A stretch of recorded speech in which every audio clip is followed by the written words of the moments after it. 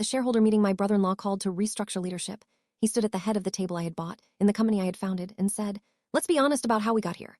I've carried this business for 3 years. Rebecca's more of a founder emeritus at this point. For the health of the company, I'm proposing we formalize my control and move her into an advisory role." The investors nodded. My own sister looked at her hands. And I opened the folder I'd brought and said, "Before anyone votes, I think we should establish who actually owns this company, because I have every document from the day it started, and not one of them has your name on it." Let me back up. Because to understand how a man convinced a room full of people that he'd built something he'd merely inserted himself into, you have to understand how slowly it happened, and how good he was. And how the very generosity that let me bring him in became the thing he used to erase me. My name is Rebecca Hale. I'm 46 years old, and I built a company from nothing. My idea, my money, my years. I sweat, and then I made the mistake of letting my sister's husband help run it. And over 3 years, he conducted a patient, deliberate campaign to rewrite the story of who created it, easing me out of my own creation, while convincing everyone, including our investors and my own family, that he was the one who'd built it. This is the story of how he almost stole not just my company, but my authorship of it, and the thing I'd kept from the very first day that he never imagined still existed. Let me tell you about the business, because it was my life's work, and its origin is the whole point. I started it 15 years ago, alone. It was my idea, a specialized logistics company serving a niche I'd spotted that no one else was serving well. I had spent years in the industry, I understood the gap, and I bet everything on filling it. I put in my own savings, took out a loan against my own name, and I built it from a single desk in a rented room. For the first years, I was everything: sales, operations, accounting, the person who did every job because there was no one else to do them. I made it work through sheer relentless effort, the way you make anything work when it's yours and failure means losing everything you have. And it grew, slowly, then steadily, then substantially. Over a decade, my single desk became a real company, dozens of employees, real revenue, a respected name in its niche. I took on some outside investment along the way to fund growth, giving up minority stakes, but always retaining majority control, always remaining the founder and majority owner, because this was mine, and I would not lose control of the thing I'd built. I want you to understand what that company was to me, because my brother-in-law never did, and his failure to understand it is the heart of this. It wasn't just a business, it was proof. It was 15 years of my life made solid, evidence that my idea had been right, that my bet had paid off, that I had built something real out of nothing. It was my identity, my achievement, the answer to every person who'd ever doubted me. It was, in the truest sense, my creation. Now let me tell you about how Julian entered the picture, because I brought him in myself, which is the part I've had to forgive myself for. Julian married my younger sister, Deanna, about 5 years ago. And Julian was impressive, polished, confident, experienced, a man with a real business background who talked a good game and seemed genuinely capable. And a few years into his marriage to Deanna, when my company had grown to the point where I badly needed senior help, I'd been doing too much alone for too long, Julian expressed interest in coming aboard. He had relevant experience. He was family. And I was exhausted from carrying it all myself, so I brought him in, as a senior executive, a chief operating officer, essentially, to help me run the company I'd built. I gave him real responsibility, real authority, a real seat at the table, because I needed the help, and because he was family, and because I trusted him. I did not give him ownership. The company remained mine, majority-owned, my creation. But I gave him a great deal of operational power, and I gave him access to everything, and I gave him my trust. And I was glad to do it, because for the first time in 15 years, I wasn't carrying the whole thing alone. That generosity was the door he walked through to take everything. Here is how the takeover worked, because it was slow and deliberate and nearly invisible, and I want anyone who's ever brought someone into something they built to recognize the pattern. It started with Julian making himself indispensable in visible ways, while making me invisible in subtle ones. He was good at being seen. He took the meetings, gave the presentations, cultivated the relationships with clients, with our investors, with the employees. And gradually, he positioned himself as the face of the company, the one who ran things, the one people dealt with. I was still the owner, still the founder, still making the major decisions, but Julian was increasingly the one people saw, and perception over time becomes its own reality. And then he began, carefully, to rewrite the history. This was the truly insidious part. Julian started to tell a story, to investors, to employees, to the family, in which he was central to the company's success. Not in outright lies at first, but in emphasis, in framing, in the slow accumulation of implication. When we turned the company around, he'd say, of a period that predated him. The systems I put in place, he'd say, of systems I'd built. He spoke of the company's growth as though it had happened under his leadership, of its success as though it flowed from his contributions, and he did it so smoothly, so constantly, that the story began to take hold. Julian built this. Julian runs this. Rebecca's the founder, sure, but Julian's the one who made it what it is. I noticed it happening, and every time I tried to correct it, I faced the same trap that ensnares everyone in these situations. Correcting him made me look insecure, petty, threatened. If I said, actually, I built that system, I sounded like a founder clinging to credit, unable to share, unwilling to let her executive shine.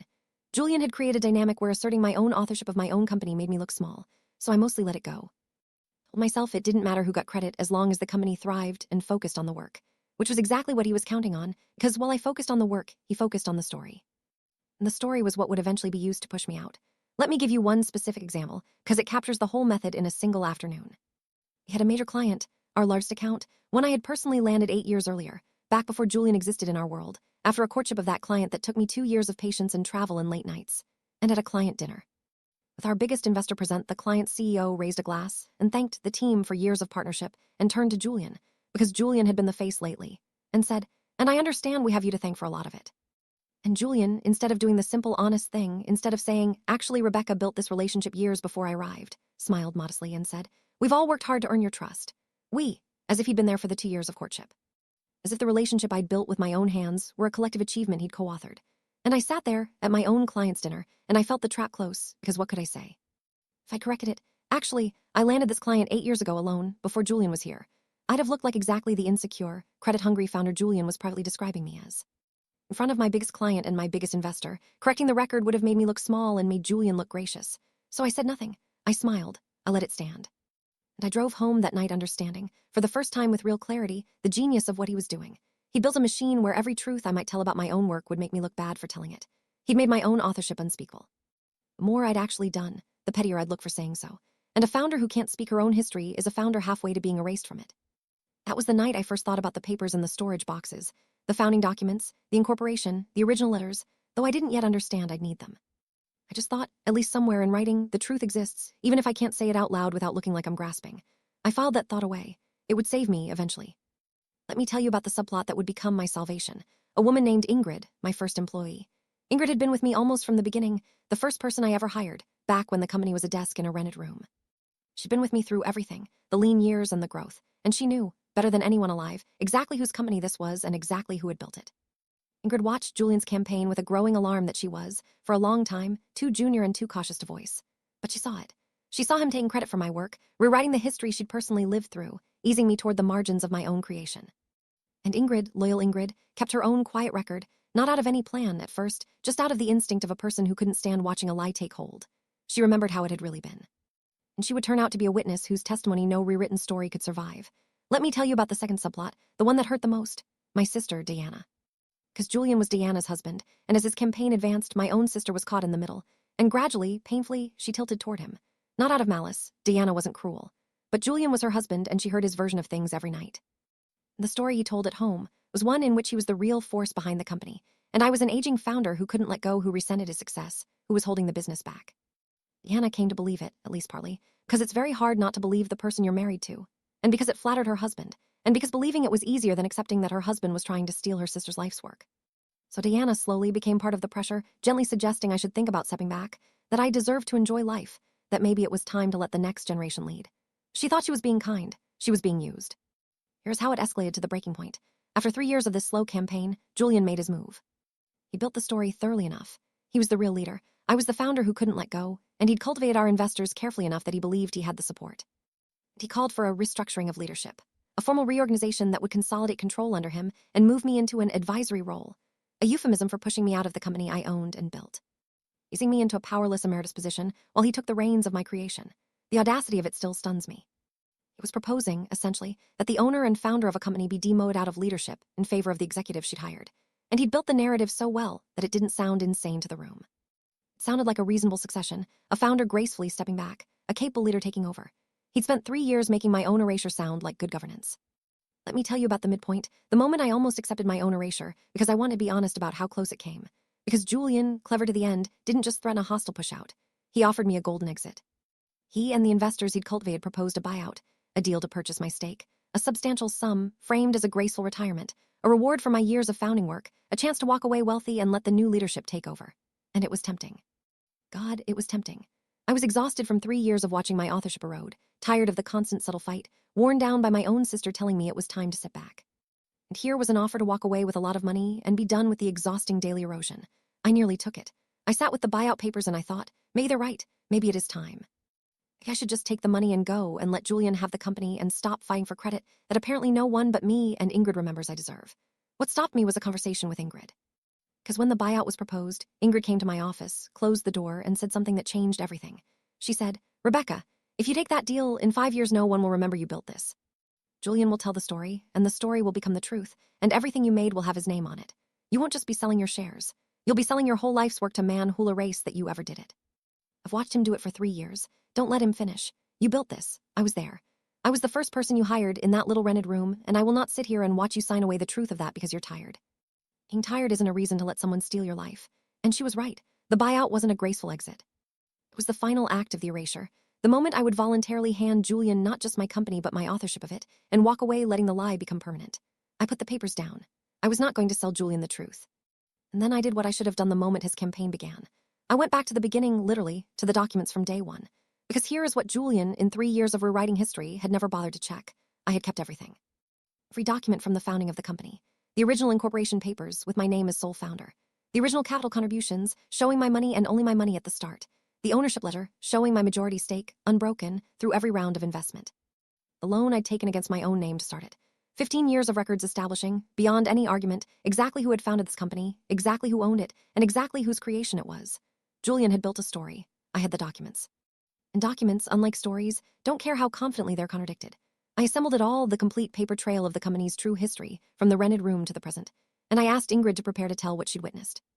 And I let the restructuring meeting happen, because I'd learned, watching Julian operate, that a lie this elaborate had to be broken in the open, in front of the exact people it had been built to persuade. Let me tell you about the meeting. A shareholder meeting, called to restructure leadership. The investors present, Diane present, Julian at the head of the table I had bought, in the company I had founded. And Julian made his case with the smooth confidence of a man who'd spent 3 years preparing the room. Let's be honest about how we got here, he said. I've carried this business for 3 years. Rebecca's more of a founder emeritus at this point. For the health of the company, I'm proposing we formalize my control and move her into an advisory role. The investors nodded. Deanna looked at her hands, and I opened my folder. Before anyone votes, I think we should establish who actually owns this company. Because I have every document from the day it started, and not one of them has your name on it. I laid it out. This is the incorporation paperwork from 15 years ago, sole founder me. This is the record of initial capital, my savings, my loan, my money, no one else's. This is the ownership letter showing my majority stake, unbroken through every investment round to today.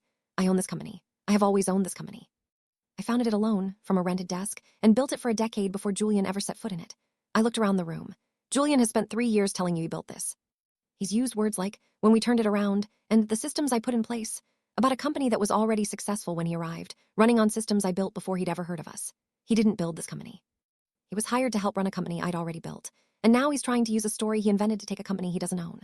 Julian started to respond, smooth, wounded, ready to reframe, but I wasn't finished, and I turned to Ingrid. Ingrid was the first person I ever hired, I said. 15 years ago in that rented room, she's been here for all of it. Ingrid, tell them who built this company. And Ingrid stood up and she told them, the rented room, the lean years. Systems I'd built with my own hands, years before Julian arrived. The truth of the 15 years that Julian had spent 3 years painting over. She spoke as the one witness whose memory predated the lie, and her testimony did what testimony from the person who was there always does. It made the rewritten history collapse, because you cannot rewrite the memory of the woman who lived it beside you. And then Diana spoke. My sister, who had been tilting toward her husband for 3 years, who looked now from the documents on the table to Ingrid standing there to me, and who said in a small voice, Julian, you told me you built this. You told me she was just the founder who couldn't let go. But that's not these papers, and Ingrid, Julian, did you lie to me? Did you make me help you push out my own sister by lying to me about what she built? And the crack in Diana's voice was the crack in the whole scheme, because when even the wife he'd recruited turned to look at him with dawning horror, Julian had no room left to reframe. Here is how it ended. Julian's restructuring died in that room, instantly and completely, because you cannot vote to move a majority owner out of her own company on the strength of a story that just collapsed under founding documents and an eyewitness. Investors who'd been persuaded by the narrative, not the facts, recalculated fast once they saw the facts, because investors, whatever else they are, can read an ownership letter, and the letter said the company was mine. Julian's 3-year campaign to rewrite history unraveled in the length of one meeting, because history, when it's actually documented, is very hard to rewrite in front of the documents. I removed Julian from the company. It was within my power as majority owner, and after what he'd attempted, there was no version of the future where he remained. He left, of course, casting himself as the victim, a visionary executive pushed out by an insecure founder who couldn't share credit, which was precisely the story he'd been telling all along, now deployed as his exit narrative. A few people believed it for a while. But the documents were the documents, and the truth outlasts the confident liar, as it usually does when someone finally lays the truth on the table. The company recovered and thrived, and it is still mine. In these days, I am careful to make sure the story of who built it is told accurately, not out of ego, but because I learned nearly too late that authorship is a thing that can be stolen if you're too modest to defend it. I let Julian rewrite the history for 3 years because I told myself it didn't matter who got credit. It mattered. It mattered enormously. The credit was the handle by which he tried to lift the whole company out of my hands. I will never again be too modest to say clearly, I built this. Ingrid is my second in command now, properly, with real authority and real recognition, the loyalty of 15 years repaid.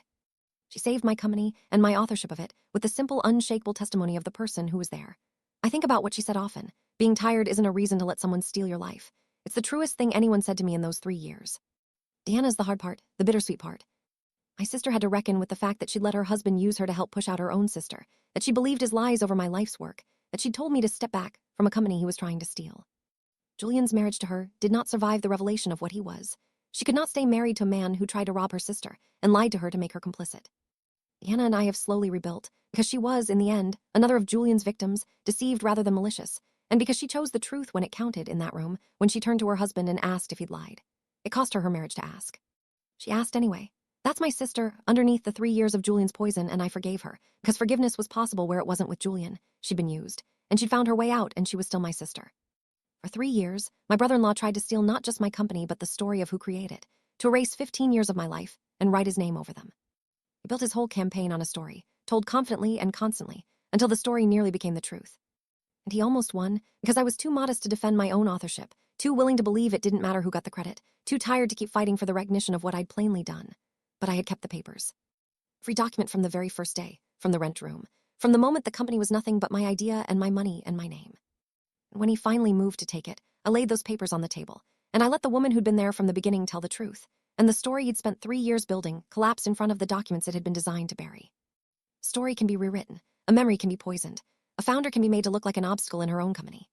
But the papers from day one don't change, and the first employee you ever hired remembers the rented room, and the truth, the documented, witnessed truth, is the one thing a confident liar can never quite paint over. I built my company. I have the papers to prove it, and the people who were there to say it.